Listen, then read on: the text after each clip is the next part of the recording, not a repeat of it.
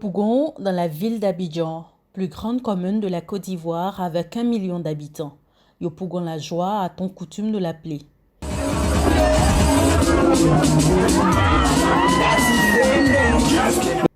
Mais en plus des ambiances de maquis-bar, restaurants, espaces plein air qui lui donnent d'être la commune la plus vivante pendant les nuits abidjanaises, l'on peut, sans se tromper, lui attribuer le palmarès de la commune des veillées religieuses et des funérailles enflammées.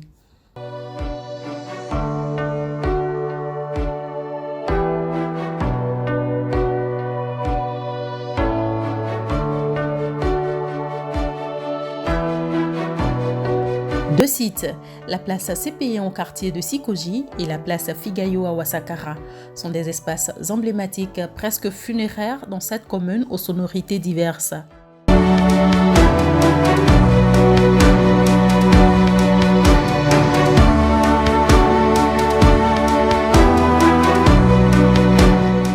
En Côte d'Ivoire, les cérémonies funéraires sont soit religieuses, soit traditionnelles ou les deux à la fois. Afin de réussir ces moments d'adieu et d'ultime séparation sur fond festif, les organisateurs ont recours, en plus des services de pompes funèbres, à des prestations telles que traiteurs, décorateurs, logisticiens, mais aussi de danseurs dédiés.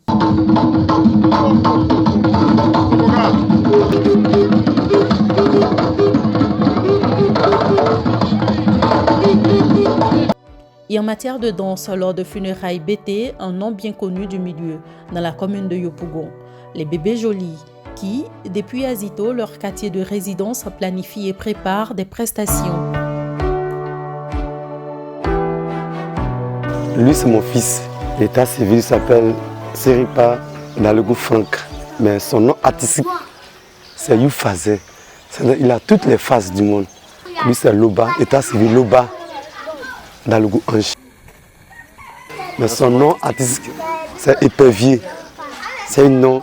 Son nom public aussi s'envole aussi. Voilà, c'est comme ça. Lui c'est l'enfant de mon ami, Anya Bodignon. Étant civil, il s'appelle Touri, c'est femme.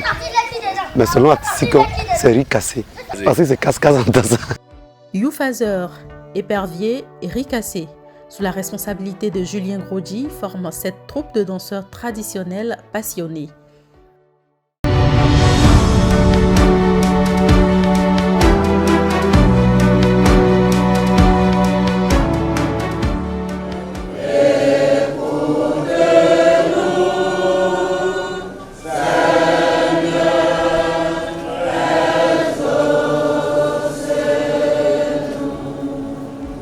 Perdre un proche est un moment de recueillement, de rassemblement, de rencontre et même de découverte. Il est donc important pour les familles en deuil de réussir ce moment de derniers honneurs aux défunts. Chez le peuple Sonofo, au nord du pays, il arrive dans certains cas que la femme soit le chef de toute cette organisation, comme ce fut le cas à Tabonkar, à 6 km de la ville de Korogo, après la disparition du patriarche Gbongli. Quand vous perdez votre père, c'est la femme qui doit faire le funérailles. Elle a amené à chercher le poro, plus une autre danse de réjouissance comme Balanfon, pour enterrer son beau-père. Accompagnant à cela, elle doit avoir une forte délégation. Il faut reconnaître que les funérailles en Senfo, ce n'est pas quelque chose qui est facile. C'était le chef du village, mais était en tout cas l'un des plus âgés de Korogo. Il avait à peu près 116 ans. Pour cette grande perte, la bourgade de 2000 âmes à peine a reçu du beau monde.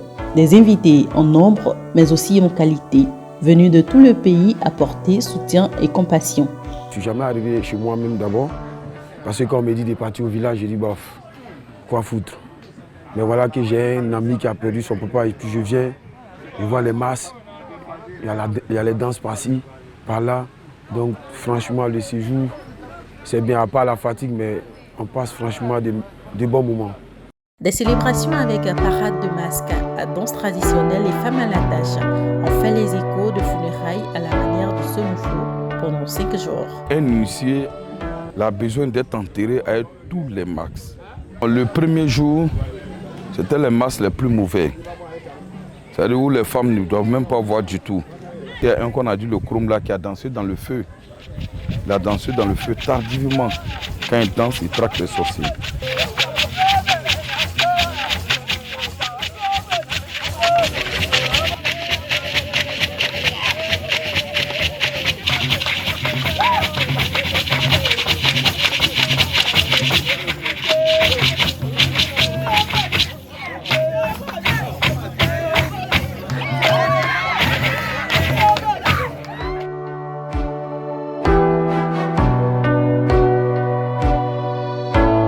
À Yopougon, les bébés jolis se préparent pour réussir leur prochaine prestation, un challenge qui demande donc des séances de répétition.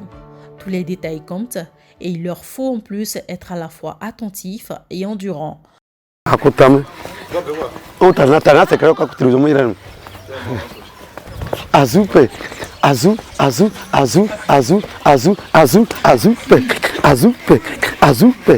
Ces jeunes dont l'âge est compris entre 13 et 17 ans comptabilisent chacun au moins 9 années d'expérience en tant que danseurs.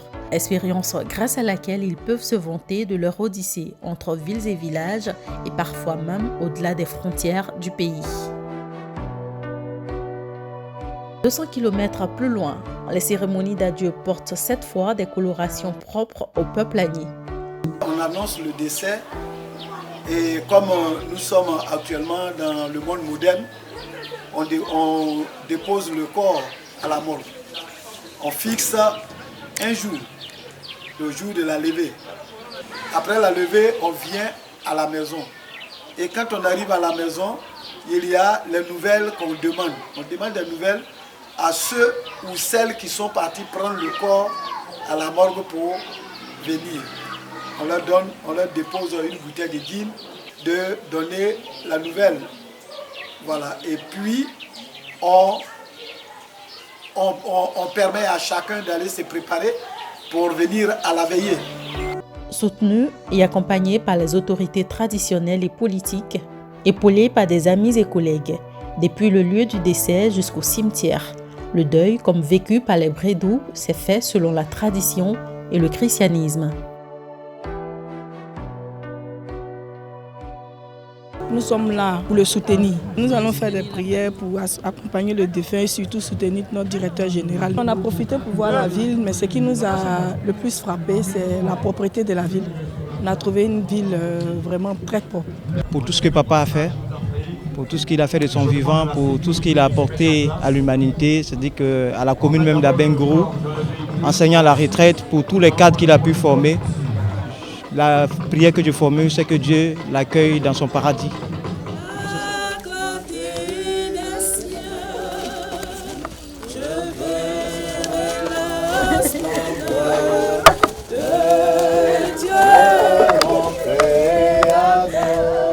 Retour dans la cité de la joie. Les danseurs sont fin prêts pour la prestation du jour. Pendant 2 heures, Julien et ses garçons de scène exposeront leur savoir-faire sous des sonorités de l'ouest du pays.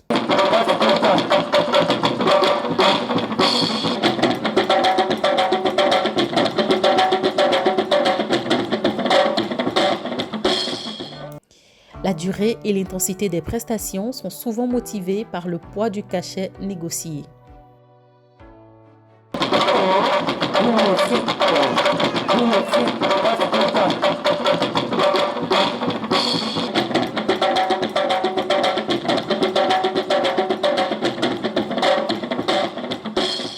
« 31 régions, 2 districts pour au moins 60 ethnies. » L'histoire nous enseigne que le pays baoulé est quitté en Égypte. Donc les Égyptiens avaient cette culture-là de momifier les corps. Donc ce sont ces personnes appelées alous qui venaient pendant les funérailles pour entretenir le corps, pour momifier le corps. Un alou, c'est quelqu'un qui a des dispositions particulières. Voilà.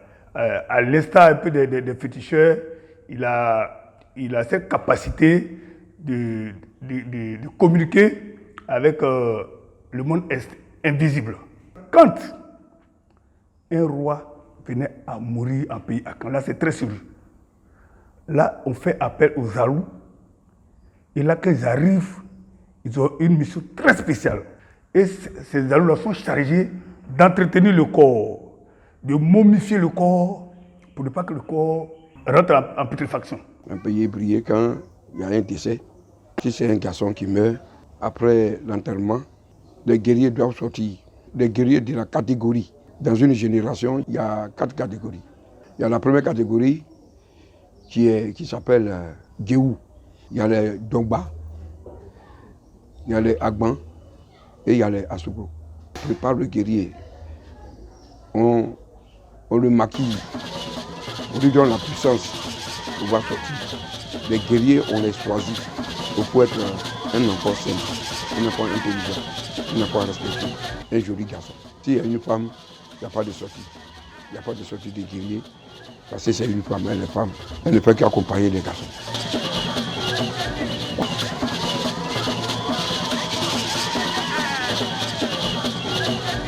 La Côte d'Ivoire a donc autant de manières de vivre les moments de deuil.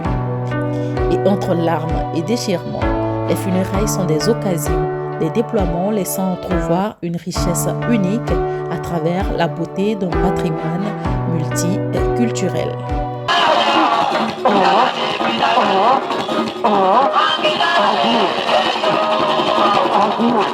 Attention.